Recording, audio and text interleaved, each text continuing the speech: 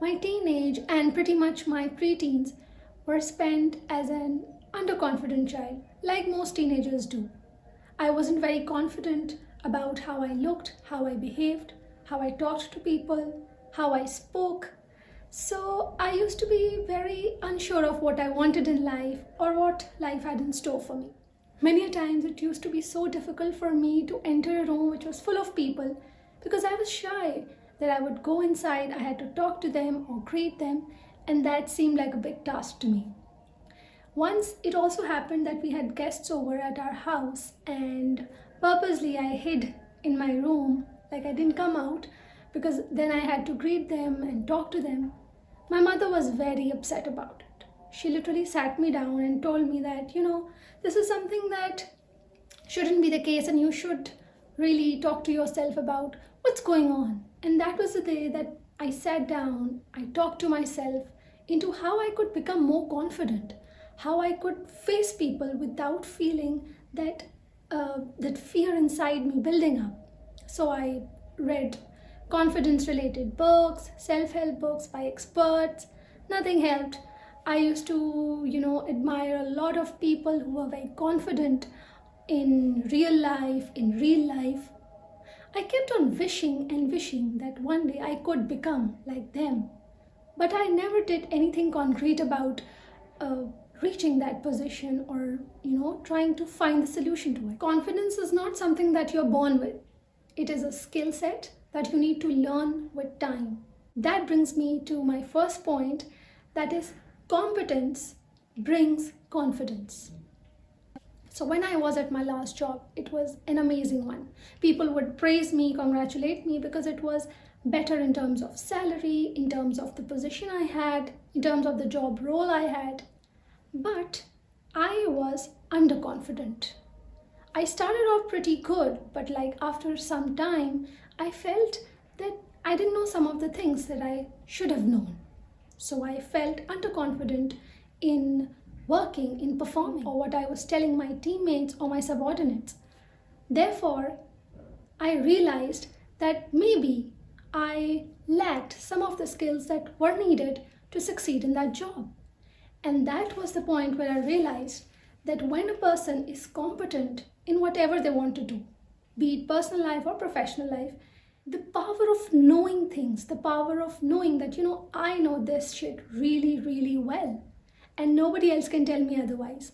That thing brings confidence in you. And I think if that is missing, there is no way you can feel confident about it.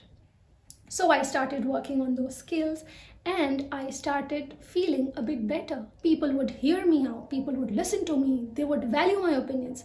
Because in reality, if you are a clumsy person or if you keep on stumbling over things, or you're not very confident in what you're saying, if you don't believe in your own self, the world will not believe. Which brings me to my second point, which is to acquire necessary skills that can make you confident and fearless.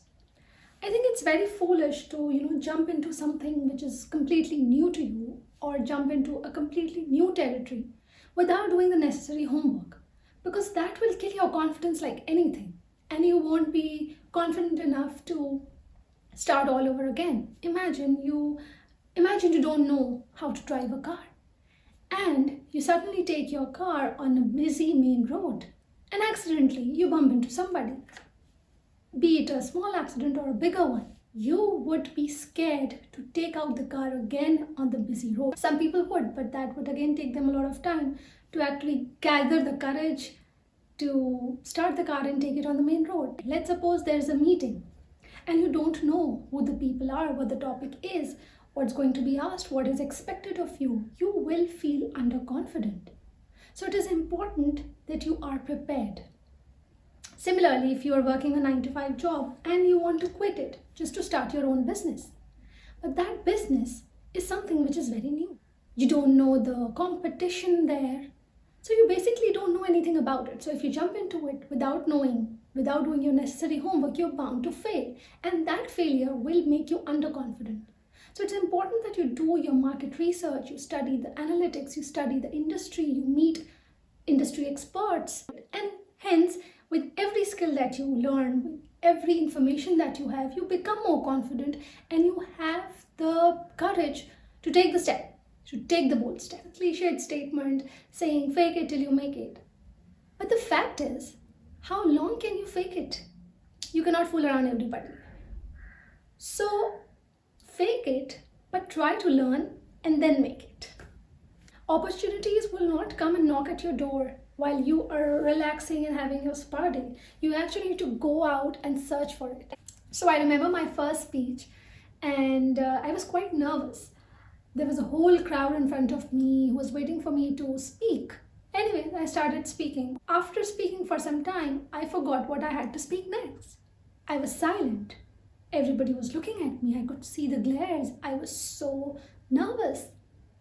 And the fact is that I couldn't speak anymore and I had to leave the stage. I was very sad and I cried and I said, I will never do this again. This is not something for me. I felt so bad. I felt devastated, I would say. But see, I am sitting in front of you, talking to you. I have posted my video on the internet and I am confident enough that people will listen to me. And that is what matters. You fall off, you get up, you dust off and start all over again. You don't have to be scared.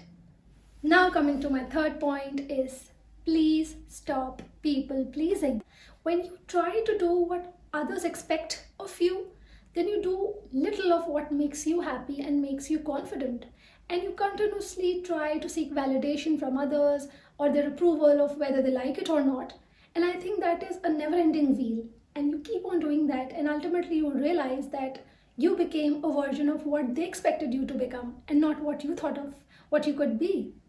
And I think this is really detrimental to your own growth because it is okay to be bad in someone's eyes. And it is important that you put your foot forward. You say with conviction what you want for yourself. And that is not selfish at all because you are important.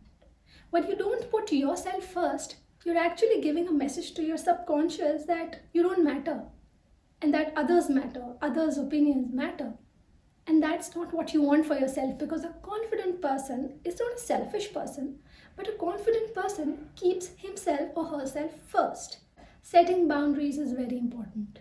And you appear to be more confident when you know what you want in life. If somebody asks me to do a certain task which is important to them, but I have an important meeting tomorrow, I can say no. I can confidently say no without sounding selfish. I hope these tips have been helpful for you and you try to implement some of these in your life and let me know if they really helped you or not. Because there's one thing you see, people love confident people. I think that is the best accessory you can wear. Boys or girls, repeat this after me. I will be confident, I will practice confidence, and I will not be scared of the world.